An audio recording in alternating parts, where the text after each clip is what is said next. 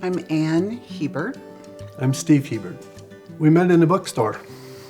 We just kind of hit it off, and what we like to do for fun, tennis. We love to be outside. In the summer, we like to hike. We have 2 dogs, so we walk dogs a lot.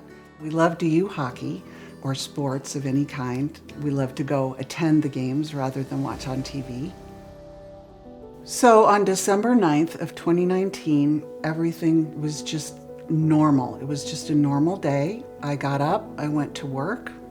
I picked up the dogs after work, felt absolutely fine. I didn't have any symptoms of any kind, but that evening I had a sudden cardiac arrest. And just collapsed. I called 911. The 911 dispatcher said, lay her flat on the floor and start CPR.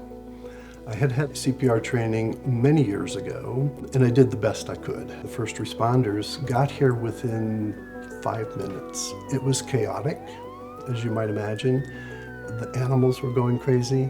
There were 4 or 5 firefighters in the house, and a Denver police officer. They ended up using the paddles. I remember them saying, stand back. Then they did more CPR. And then by that time, the EMT arrived and they took over. And when they left the house, they said, we have a pulse, but we don't know where this is going to go.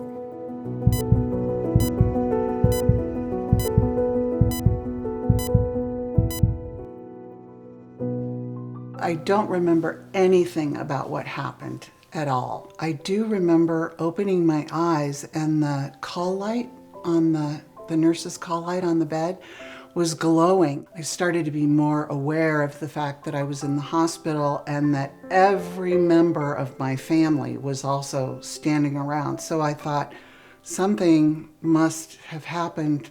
They ran a lot of tests to see if they could figure out why in the world something like that would have happened.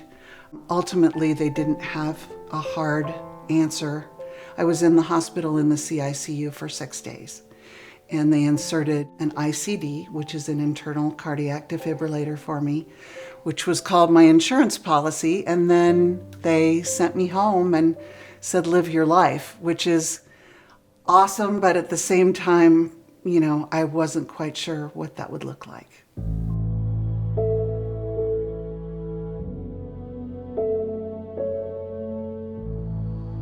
Statistically, the odds were certainly not in my favor, and I never take that lightly. We are so grateful. That's what I'm left with, is that incredible gratitude. I came home and, like Steve, I was filled with this immense gratitude, but I was also really frightened. So it was a really confusing time, and I think I also had some PTSD. I did seek some therapy for a little while just to kind of talk through and understand what happened. It helped me a lot that my family filled in the blanks. And today I think that I feel not only immeasurable gratitude, but also kind of a responsibility, since there are so few of us that have this kind of an outcome, to pay it forward in whatever small way I can. And that sort of motivates me and keeps me going.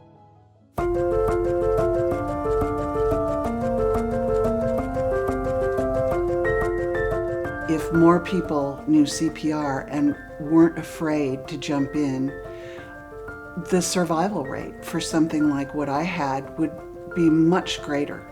I became certified as well after my event. Being afraid and not performing CPR if it's needed doesn't give a person a chance that I had. I think for me, after Ann came home, and really for the next several weeks, even months, whenever I would tell the story, I might be on the phone with my sister or just talking to someone over coffee, I would break down. And I would cry, not because of sadness, but because of gratitude. We are so fortunate. So many things happened in just the right way, in just the right amount of time for the outcome that we have. When you meet your partner or your spouse or whomever, you take in sickness and in health as just something that, probably won't ever happen to you, or you don't give it a whole lot of thought. But not only did I meet my person, but he saved my life. So that was really, really special.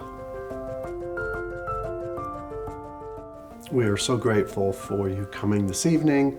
We're grateful for the donations that you've made in the past, and we will be grateful for the donations you can make this evening. We realize how important it is for the funding of training for CPR, things that will help the public respond in a bystander, quick kind of way. But we also understand that there are so many that don't get the chance that I got. And we can improve those statistics. So the Heart Association is working so hard to make that happen, and we appreciate every effort. Thank you so much for coming this evening.